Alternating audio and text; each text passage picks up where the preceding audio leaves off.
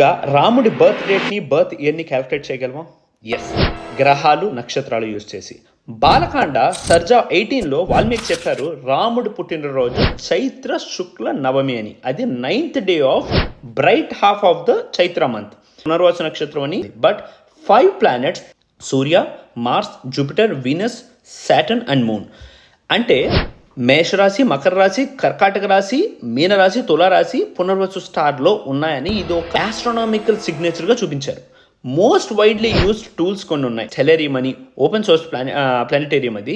NASA JPL ephemeris ఈ గ్రహాల అలైన్మెంట్ని back calculate చేసినప్పుడు ఒక నెంబర్ వచ్చింది, 5114 BCE.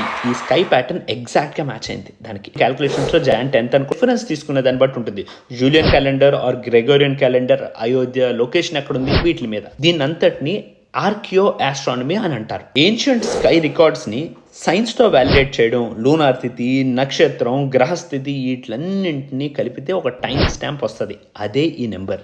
చాలా మంది అదే ఎగ్జాక్ట్ ఇయర్కి నోట్ అవుతుంది ఇన్ని మ్యాథమెటికల్ క్యాలిక్యులేషన్స్. వీటిలన్నింటినీ అనలైజ్ చేసి 600+ స్కై ఈవెంట్స్ని రామాయణ అండ్ మహాభారతాల్లో కలిపి మ్యాచ్ చేశారు. సో రామాయణం కథ కాదు, అంతరిక్షంలో రాసిన ఒక కాస్మిక్ కోడ్. వాల్మీకి రాశారు, అక్కడ సైన్స్ చెప్తుంది. శ్రీరామ్.